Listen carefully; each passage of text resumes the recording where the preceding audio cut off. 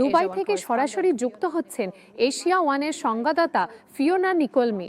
Fiona, Trump খামেনির সাথে দেখা করার কথা বলেছেন, এটি কি কোনো কূটনৈতিক সুযোগ নাকি শুধু কথার কথা?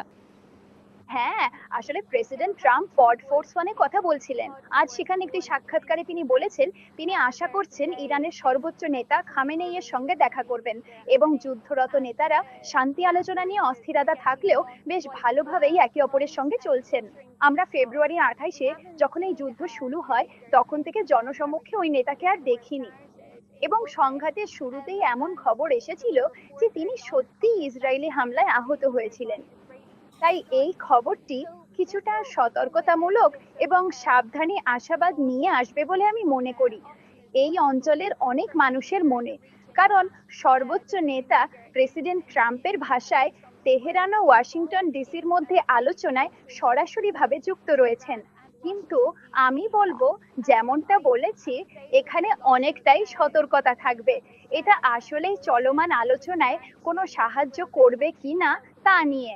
আমরা দেখেছি বিগত বেশ কয়েক মাস ধরে, বিশেষ করে গত কয়েক সপ্তাহে, যখন ইসলামাবাদে এবং সাম্প্রতিক সময়ে দোহা আলোচনার প্রক্রিয়ার সাথে সরাসরি যুক্ত হয়েছে, তখন এই আলোচনাগুলো নিরন্তর চলছিল এবং সেখানে কিছুটা চুক্তির দিকে এগিয়ে যাওয়ার স্পষ্ট ইঙ্গিত পাওয়া গেছে, যেটা প্রায় 2 সপ্তাহ আগে প্রেসিডেন্ট ট্রাম্প ও তার প্রশাসন আনুষ্ঠানিকভাবে ইঙ্গিত দিয়েছিলেন।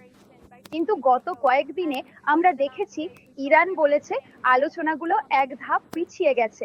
লেবাননের পরিস্থিতি এবং ইসরায়েলি বাহিনী দক্ষিণ লেবাননে অগ্রসর হওয়া, সেখানে চালানো হামলা এবং আসলে বৈরুতের কাছাকাছি এলাকায় হামলার কারণে তারা কোনো ধরনের চুক্তি থেকে সরে এসেছে। যেমনটা আমি বলেছিলাম, প্রেসিডেন্ট ট্রাম্পের কাছ থেকে ইতিবাচক কথা এসেছে, কিন্তু আমরা এরকম কথা আগেও শুনেছি এবং আমার মনে হয় এটাই এখানে প্রধান উদ্বেগের বিষয়। উপসাগরীয় অঞ্চলেও গত রাতে বাহরাইন ও কুয়েতে হওয়া হামলা দেখা গেছে। সৌভাগ্যক্রমে বাহরাইন হামলা প্রতিহত করেছে, কিন্তু কুয়েত আন্তর্জাতিক বিমানবন্দর আক্রান্ত হওয়ায় বোঝা যায় উপসাগরীয় দেশগুলো এই সংঘাতের কতটা কাছে এবং তারা তেহরান ও ওয়াশিংটনের দ্বন্দ্বে কতটা জড়িয়ে আছে।